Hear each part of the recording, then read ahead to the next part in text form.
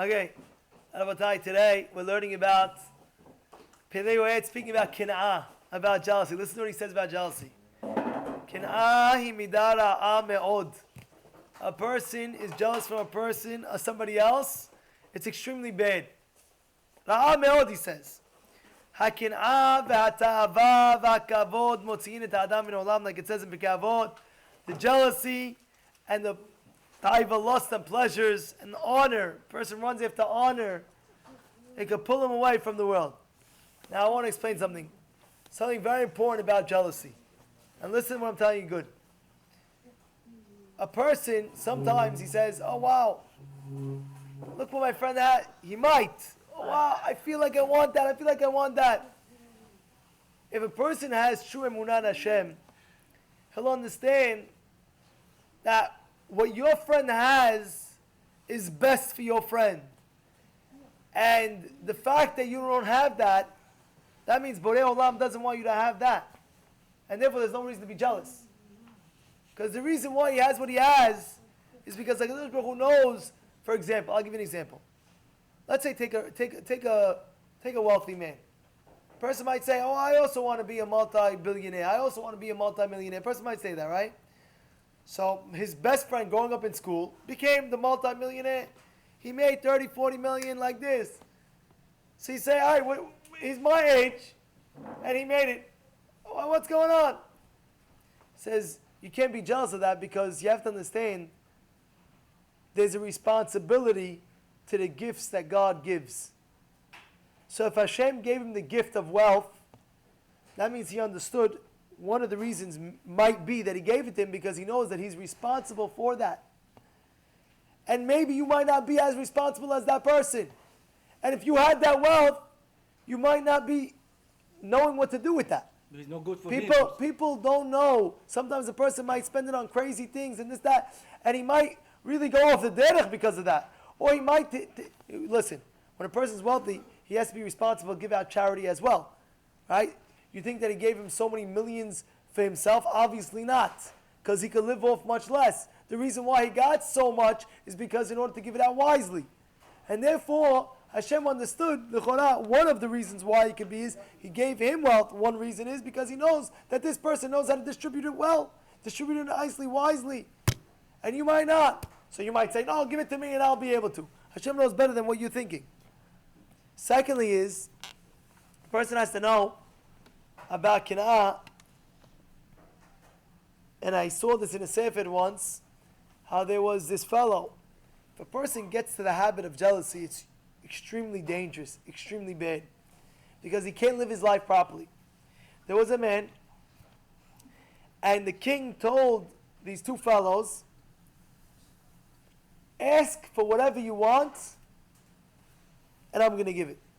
Ask for whatever you want, I'm going to give it. But just know, you're going to ask first, and whatever you ask for, your friend is going to get double for whatever you ask. And the first guy was always a jealous guy. He was always an extremely jealous fellow, and he was, he couldn't handle that his friend has more than him. He was rotten inside. He's a rotten guy. And he was the first guy to go up, and he says, thinking to himself, whatever he's going to ask, his friend's going to get double. He's thinking, oh my goodness, if I asked for a house, his friend's going to get double the house. If I asked for a car, and it's going to just eat him up alive.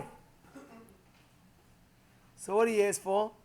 He thought about it. He tells the king, whatever you're giving me, you're giving him, right? So yeah. So okay. So he tells the king, take out one eye.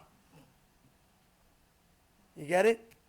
He told the king, take out one eye, because whatever you give to that guy, he's going to get double. So he's going to want to get that. Look how wickedness, jealousy could lead to. A guy who's jealous, he's rotting inside. You got to be careful from these people. Oh, everything, this, that. Oh, he got this car. I want to get that car. He got this, and I want to get that. Sometimes you have it with siblings as well. Oh, my sister-in-law got that. Honey, how come you can't buy me a Cartier watch as well? Where's my Cartier? Where's my Rolex? Where's my hair? Where's my this? You know, I had a friend. He prays with us in the shul. I'll tell you later his name. I don't know if I want to say it public, but listen to this.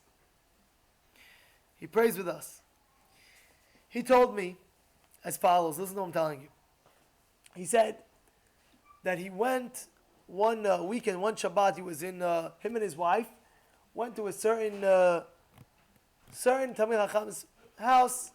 Guy was learning, steiging well, and this Talmid Chacham, he married a very wealthy girl, and he had, of course, as well, took care of him to sit down and learn. He gave him a nice apartment, nice, gorgeous, everything was nice, beautiful.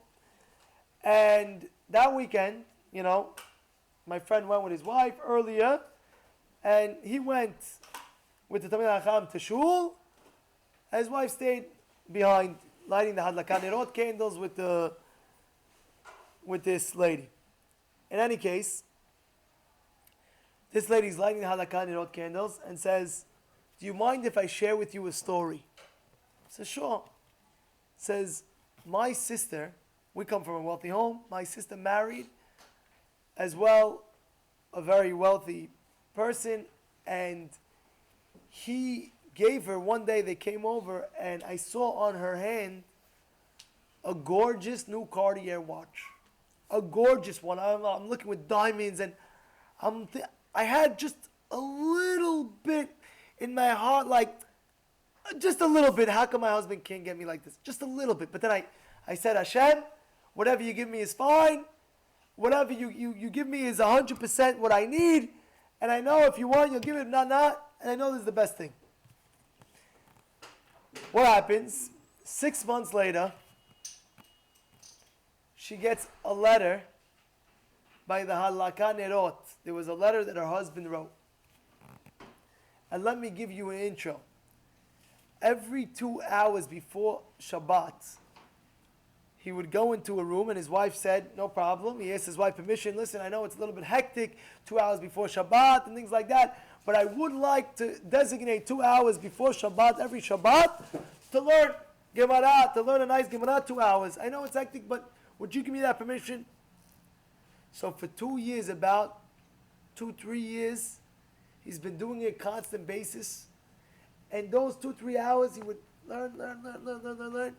And he would review a certain Gemara that he already knew. He would review it. And his wife said, no problem. And you can imagine a wife with the kids, with this, with that. But she said, my husband's learning, let him learn. They went ahead. One Shabbat, Friday afternoon before Shabbat Hadlakat Nerot, he wrote her a letter. And in the letter it said, to my dear wife, you should know in these 2 hours that I was learning before Shabbat, I would always say before I would learn, this learning is chut, my wife, so-and-so, and today is the day that I finished from cover to cover. I want to tell you one thing. This Gemara Pesachim is yours. I'm giving it to you as a gift. She said it felt like $1 billion. $1 billion. My sister got a Cartier diamond, but I got a whole Masechet Pesachim. You hear what's going on? That lasts forever and ever and ever.